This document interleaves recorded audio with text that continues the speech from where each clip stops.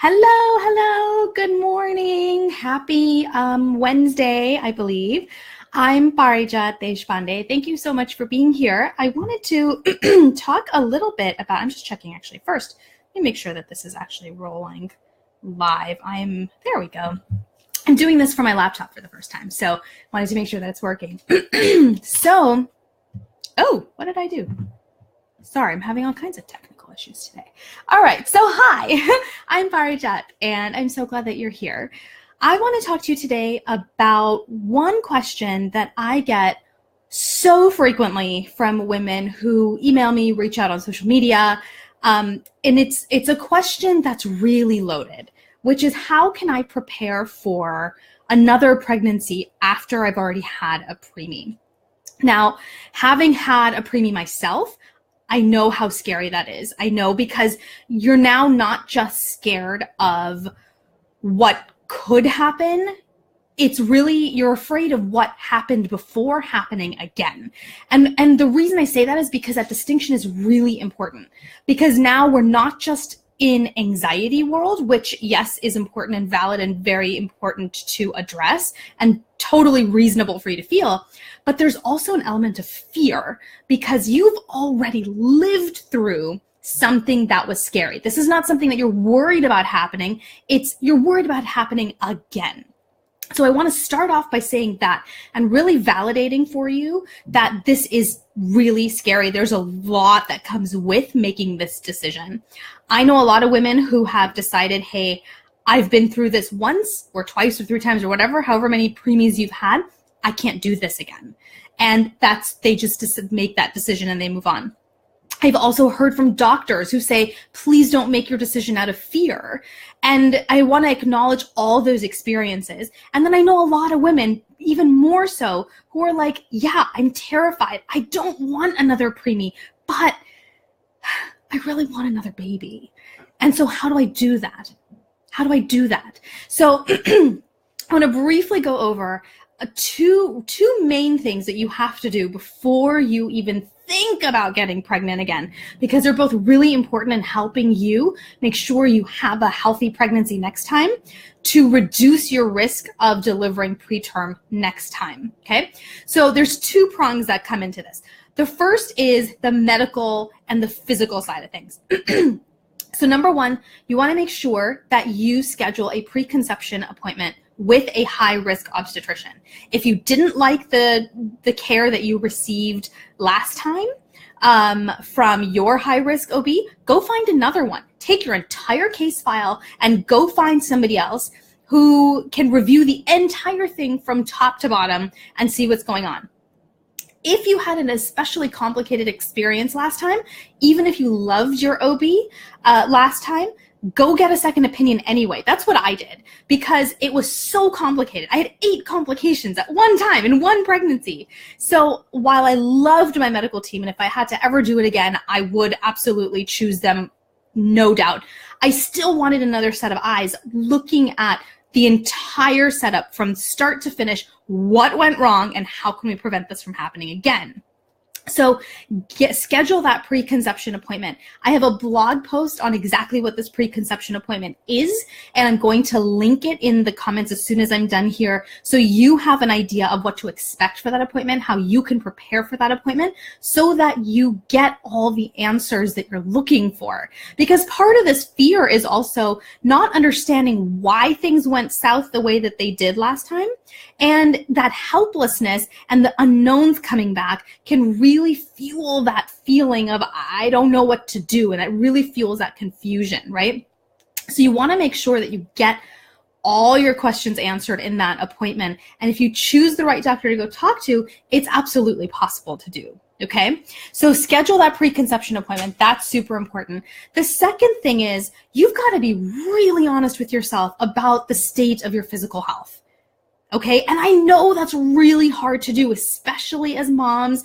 We don't get a lot of time to exercise. We don't get a lot of time to take care of ourselves. We don't necessarily eat well. I know when my kiddo was younger, there were days when I didn't even eat full meals because there's no time. It's hard, right? And especially if you've got a preemie, depending on what's going on with their health and their situation, you might be busy running around between appointments all the time.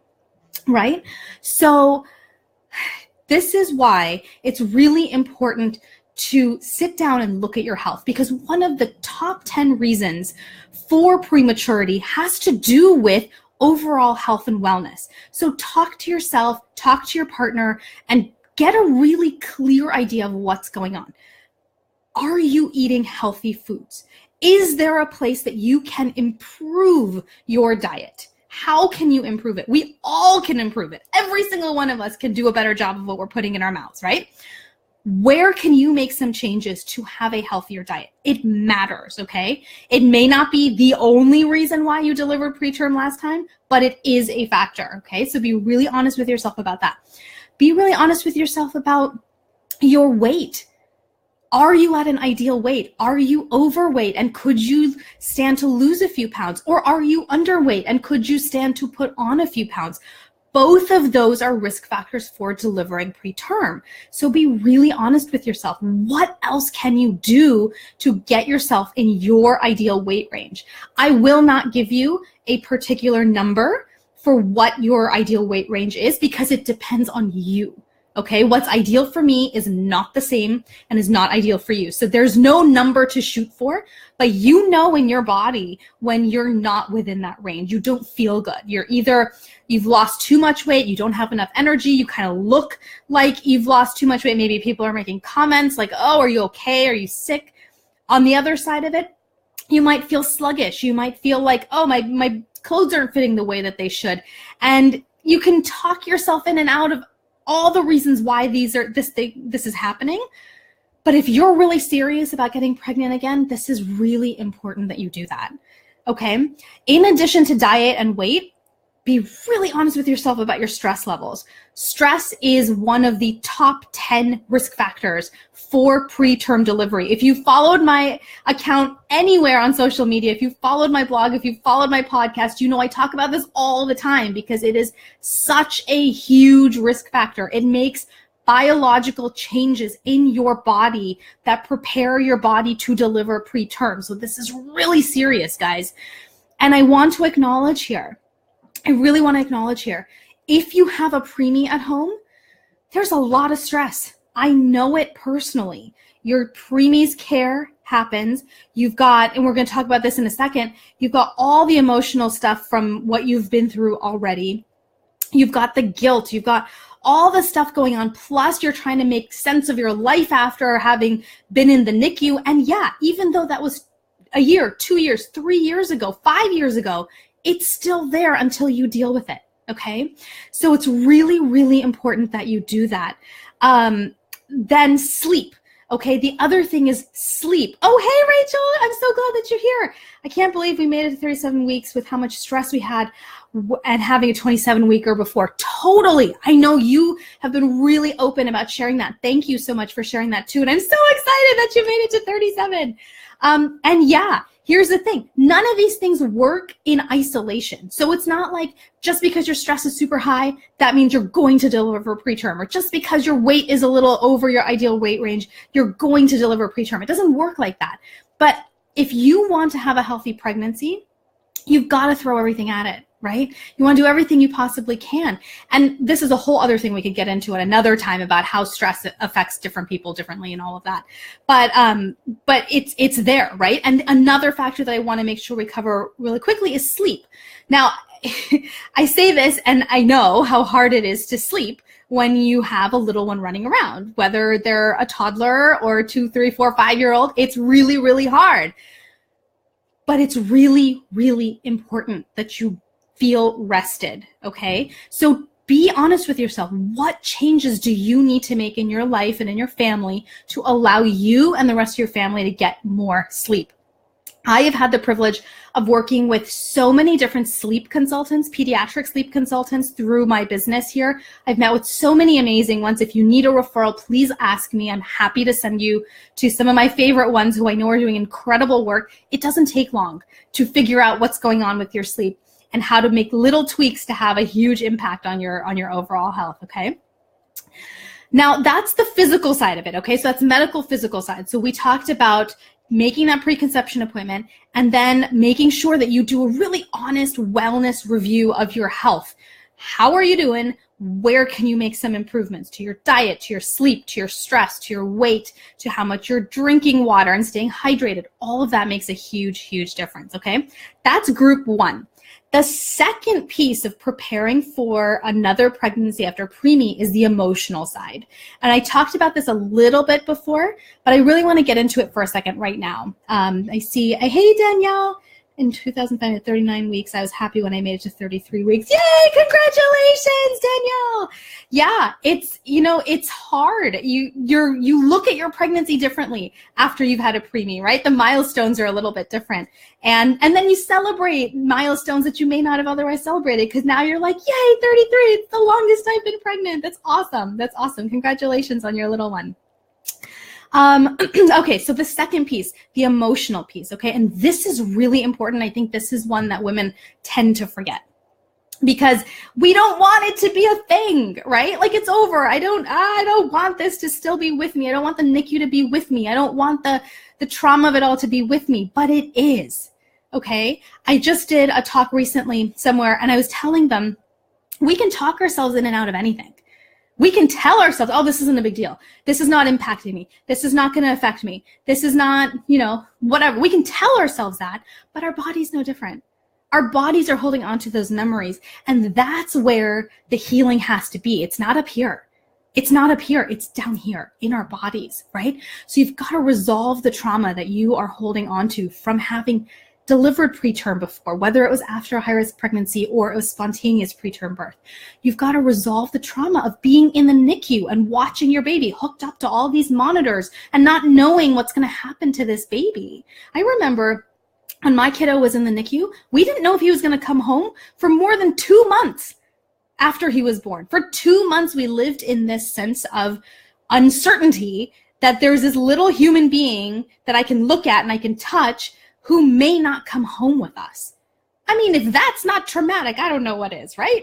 There's a lot of trauma that you've been through. So be honest with yourself about what that is and where you're holding it in your body, and then release that. And related to that is then working through the grief, okay? Because here's the misconception about grief. It doesn't just occur when you lose a baby to death, okay? You can experience grief even if your baby's home with you. Even though your baby has survived, there's a lot of loss. There's a lot of loss. The loss of an easy delivery, the loss of being able to go home with your baby, the loss of being able to see your baby immediately, the loss of being able to hold your baby immediately, the loss of having a healthy baby after delivery. I mean, there's so many things like that. The loss of how you wanted to deliver and the control or the choices. It's different for all of us. But there's a lot of grief. And the reason I say this is because those emotions, they add stress to your body, which, like I said before, is a tremendous risk factor for preterm delivery again. And secondly, those emotions, they get intensified the second time around. And you don't want to miss out on these experiences the next time, right? Because you're holding on to something from before that you can address now. And here's the thing. I used to work as a therapist. I used to believe that all this kind of work used to take a long time. And after having gone through a high-risk pregnancy myself and knowing what I wanted to do and how I wanted to heal so I didn't miss out on more time, I've developed a method that actually doesn't take that long. And I have clients who I don't think they are 100% on Believe Me when they start the program, but by the time they're like 2 weeks in, they're like, holy cow, how am I feeling so much better so fast? And the reason for that is because the work has to be gentle. The work has to be gentle. I don't believe that it's necessary to go digging deep into the gallows of wounds going, oh, where can we dig up and what can we make and set on fire and make it feel worse? I think that's ridiculous. You've already been through enough. You don't need to go through more. Healing shouldn't have to hurt, That's my belief. That's my philosophy, and that's how I work with my clients. So if you are looking to heal and you're worried about what is it going to feel like, and do I really want to add all that tension? Do I really want to go back there and open up all this stuff? I want you to know that it doesn't have to be painful to do it that way, okay? But that it is really important that you address this aspect of it, the emotional aspect of it, before you get pregnant again. Because I've seen too many women who are pregnant the second time around and they go, I'm missing it. I'm not enjoying a single second of this because I am so scared, or I'm having flashbacks from before, or I'm having all these emotions come up because I can't feel happy about this pregnancy for whatever reason. I actually had a client recently who told me that she felt guilty about being happy the second time around because she was going through all these positive experiences that didn't happen before the first time. And she felt like she was letting her first child down by being happy. So she was preventing herself from being happy, right? So there's all these things that are mixed into it, and they impact the health of your pregnancy physically too.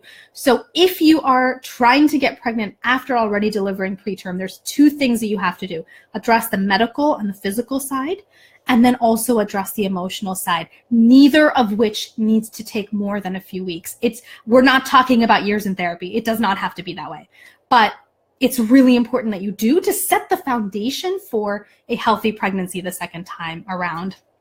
That's what I've got for you today. This was really fun. I'm really glad that Rachel, Danielle, that you're here. For those of you that are watching and kind of silently watching at home, for those of you that are watching on replay, thank you guys so much for being here. Whatever questions you have, leave them in the comments. I'm happy to come back and answer them for you. And if you want to know more about the postpartum program, shoot me an email through Messenger on Facebook, or you could shoot me through my website. We're happy to give you more information about that. But otherwise, I hope this was helpful. And if any other questions arise for you, please leave them in the comments below. I'm happy to answer them. I know it's hard.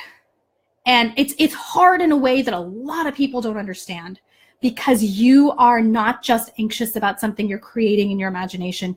You're really afraid of something happening that you've been through before, and you have body and mental and emotional memories of.